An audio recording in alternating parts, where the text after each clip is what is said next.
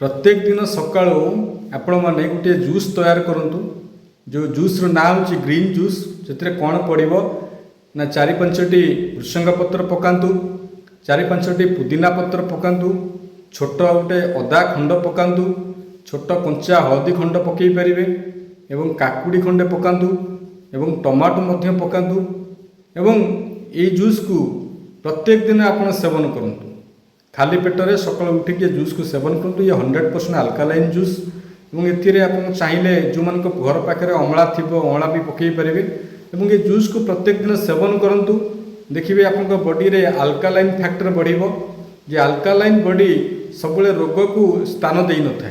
तो ये जो रोग हो शरीर बेसी एसिडिक बॉडी रोग होता है। तेणु प्रत्येक दिन सकाଳେ अल्कालाइन जूस पिंतु।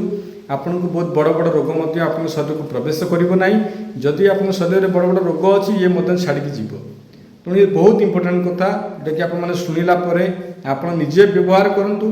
एवं जदि आपको किसी फायदा दूसरी निश्चित भाव में समग्र ओडिशा रे मध्य ये वीडियो को शेयर करूँ। जे समस्ते सकाल उठी गोटे ग्रीन जूस पिंतु जहाँद्वारा कि आम शरीर अल्कालाइन हेब एवं शरीर विभिन्न रोग छाड़ी जीव आम समस्ते सुस्थ रहिबा।